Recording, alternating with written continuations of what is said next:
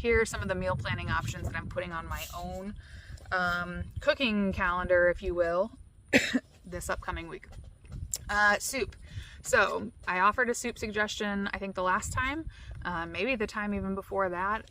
To me, it's soup season. This is when I'm going to be eating soup. I don't eat soup in the summertime when it's 100 degrees, and from like fall into winter especially, like this is it for me. I think rutabaga is a weird vegetable. I don't think, one, a lot of people necessarily know about it and eat it on a regular basis, and two, sometimes it's like, I'm not sure I like this flavor. Rutabaga is in the cabbagey, turnipy family. It's as if cabbage and turnip had a baby and it became like a bulbous baby. Cooking turnips have a little bit different texture in my opinion than rutabagas do, but the flavor is also a little different too, even though they're in the same family.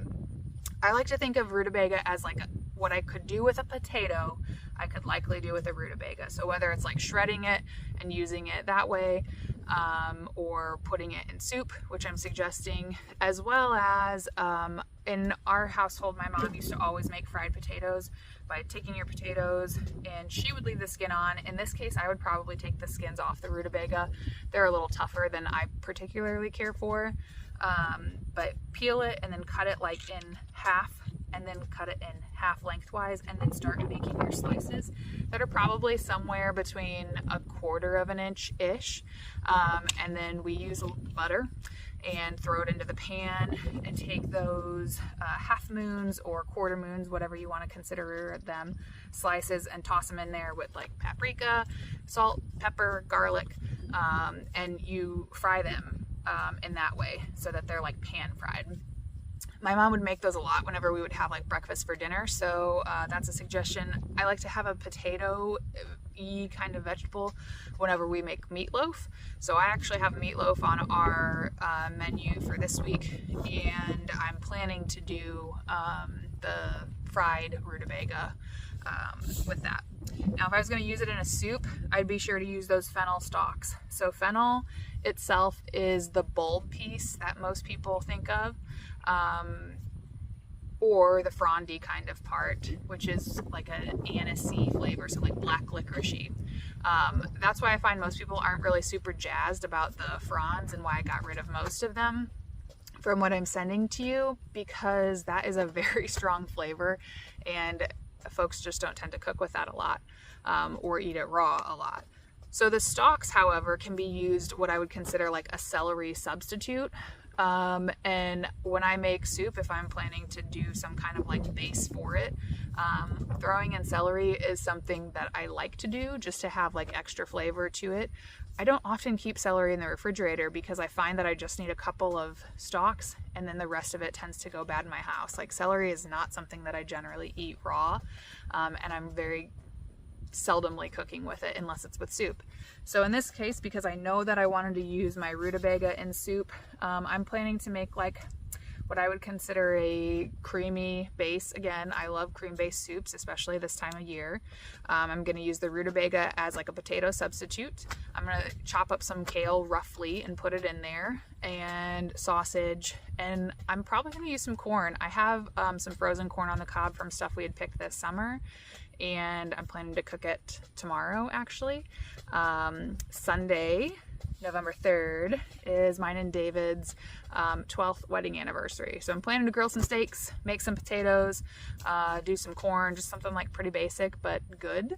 And I will have leftover corn from that. So I'm going to cut it off the ears and then dump it in this soup later on in the week. Anything I can do to save myself a little bit of time during the work week, especially with meals, I like to try and do that. It also uses up leftovers. Like once I've had corn on the cob, I don't really necessarily want to have like 7 more nights of corn on the cob. I just am not interested in eating corn like that all the time. So by cutting it off and reusing it in soup with my rutabaga and my kale and my sausage, and making kind of like a creamy, sausagey soup, that's one of my plans. I call it egg casserole. It really probably is not a quiche because it doesn't have a crust on it, but maybe a frittata is the fancier phrase for it. Egg casserole frittata is a staple in our home. We have chickens, and while we sell a lot of eggs, we also end up with a lot of like eggs that are either way too big to fit in the carton or way too small, or have like a little pushed in spot that I couldn't sell, but is not like making the egg bad for us to eat. And so we end up with a lot of bad eggs, but they're still good eggs.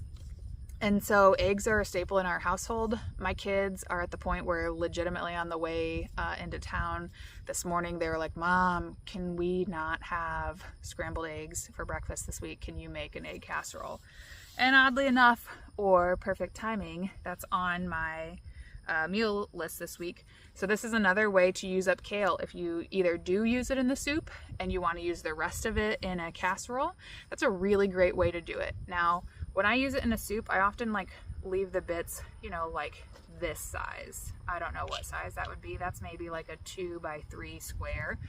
They get really like disintegrated-ish in texture in a soup because it's so hot, and so you don't really have to do much chewing, and I don't like them to be super small like that when it's in a soup.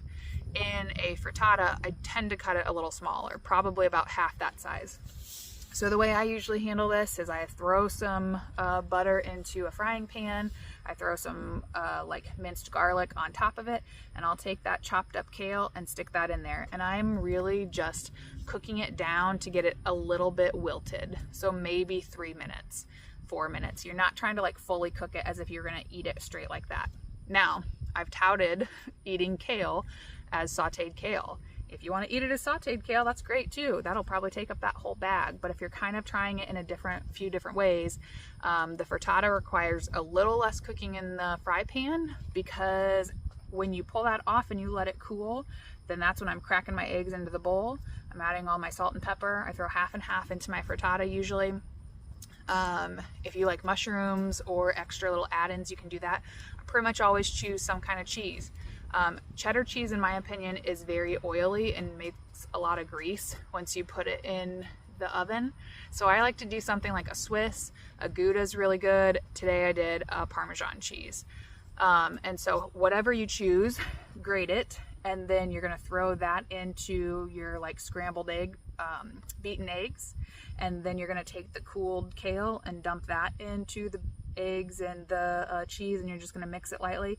Throw that into like either a pie pan or an 8x8 or a 8x11. I don't know what sheet size that other thing is. That's not a 9x13, but whatever size pan you have that you want to use, and it's $3.50 for like 45-ish minutes.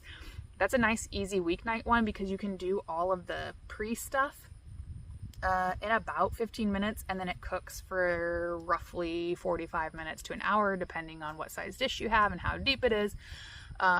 But it ends up cooking on its own very, very well. You pull that out, you want to serve that with a really nice salad. Maybe you wanted to do the fried potatoes, the fried rutabaga. You could do that on the side. But if I do a frittata, I often want something a little bit lighter because it's like a heavier dinner, in my opinion. So, soup, frittata, fried potatoes, we've talked about that. Fennel. Fennel is, like I said, a weirder vegetable as well. The bulb part of it can be eaten raw or cooked. If you're going to cook it, I'm going to suggest roasting it in the oven. You're going to kind of cut those bulbs into either halves if they're smaller. If they're larger, you could go thirds or quarters, just depending. Cut the bottom part off and then cut, and then you're going to toss in like a olive oil or a fat of some kind, season with garlic, salt, pepper, whatever you want to throw on there. You could put some herbs on it, and then you're going to toss that in the oven and roast it in a roasting dish. And it's going to come out and it'll be something that you can just serve on the side of whatever else you've prepared for that evening. Fennel can be eaten raw, and so if you do want to make like a fancy salad, you can slice the bulb pretty darn thin and kind of like pull it apart so that it's almost like when you slice onions really thin and pull them apart in layers, same kind of deal. And you're going to mix that in with the lettuce. It's got a nice light flavor that will really go well with the arugula. It balances the bite of the arugula. So there's a couple ways you can try that. The last thing I have on here is beef in bok choy. So, as I was thinking about the bok choy that's coming, and I was like, I hope they're not disappointed in another round of bok choy. I actually super enjoyed how we cooked ours with lo mein noodles. I like Chinese food. I often do not feel good after I eat Chinese food out and about. It just doesn't agree with me very well. And I've never really tried to make like legitimate Asian stir fry at home using sesame oil and all that. It was the bomb. It was like going to, if you're in the O'Fallon area, there's a place called Tips maybe. It was more like Thai food because the vegetables were super fresh, the chicken was super fresh, the sauce was like legitimately good and not filled with a bunch of crap. And I ate it for leftovers multiple times this week and did not get sick of it. And it made a lot and it was very tasty. So I was like, well, I guess you could do the same thing over again, but I don't really want to do the same thing over again because I've already eaten it multiple times. So another dish that I thought I would try instead is a take on beef and broccoli. And so I found a pretty good recipe. It's got good ratings on it.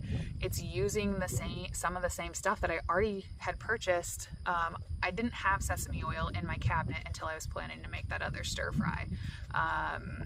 I've never made a stir fry sauce until last week.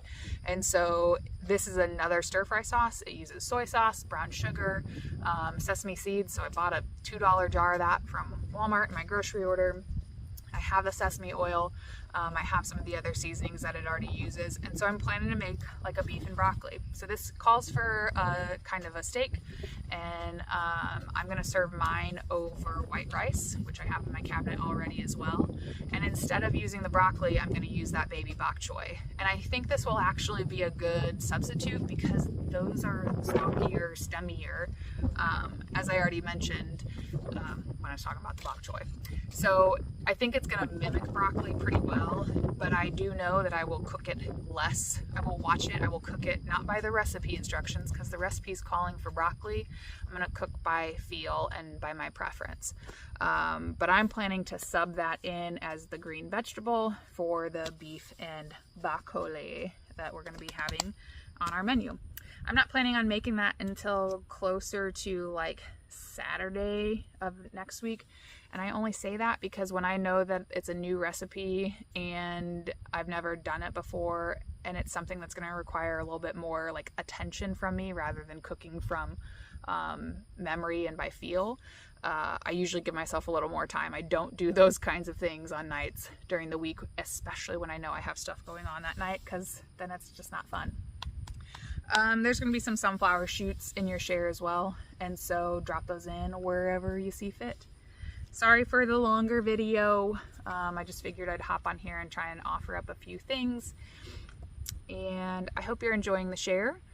I'd like to be like, this will be the last time you get anything to make a stir fry, but I know it won't be. It won't be bok choy, but it's going to be probably a different kind of a cabbagey vegetable to do that. So I hope instead of being like, sorry, stir fry again, you're going like, sweet, this is a little bit different of a stir fry, and I'm still getting some different vegetables and trying some things that I haven't done before, or cooking some things that I really, really love. So thanks for being part of this CSA. We are past the halfway point, so now we're on the other side, going down the other side. So thank you for being a part of this. If you have any questions, please don't hesitate to reach out. We'll see you on your delivery.